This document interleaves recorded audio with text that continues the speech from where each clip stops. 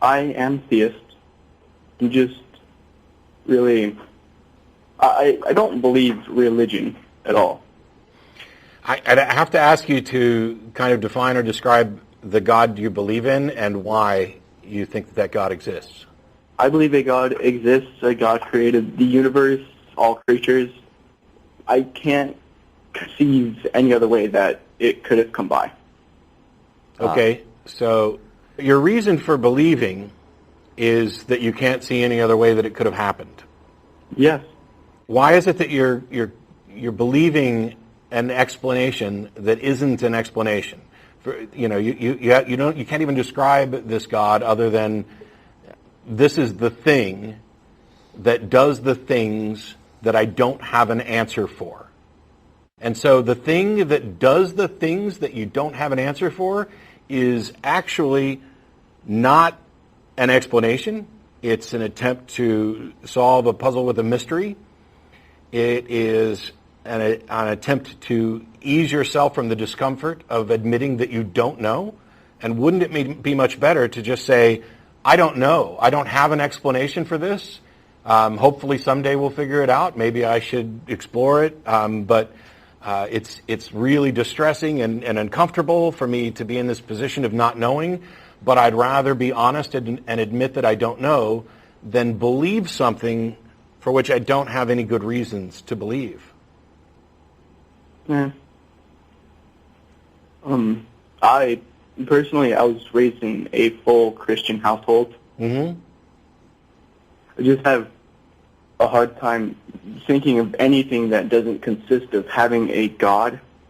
Right. So you've been indoctrinated to this non-answer, basically, where you run across something that's bigger than you, bigger than you're able to explain. You've been trained to be comfortable to just say, oh, well, that God did that. But if you really look at the nuts and bolts of your reason for believing, I believe this because I can't think of any other way it happened. If you were on trial for murder and the prosecution said we should convict you because we can't think of any other person who did it, does that say anything at all about whether or not you actually did it? No, it does not. And it's pretty much the same way with what you're describing. Now, I don't think that belief is incredibly harmful, but it's about the process by which you form that belief. And the thing that I think you probably should work a little bit on is just getting comfortable with acknowledging that you don't know, rather than saying, I can't come up with a better answer for this, because the answer you have, it doesn't explain anything. God, as I've said before, has no explanatory power. It is, by definition, a panacea, a cure-all. It is everything that we don't know. We can just insert a God there as the explanation for it, because gods are magic. But they don't tell you anything about the how or the why or the what. They don't add any useful information to the conversation. And all it really does is help you be comfortable with not having to say that you don't know. When in reality, you don't know, and you don't even have any good reason to believe. You don't even know that a God is possible. Yeah, that's correct. And so if you've got this, hey, where did the universe come from? That's a great question. And the second you say, well, God's the best explanation that I can come up with, that is a roadblock to further inquiry.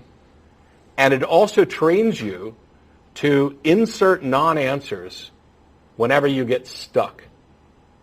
And every time that throughout history that we've had a phenomenon and we posited a God as an explanation for it, every time we've done that and actually gone on to find the real explanation, it's never been a God.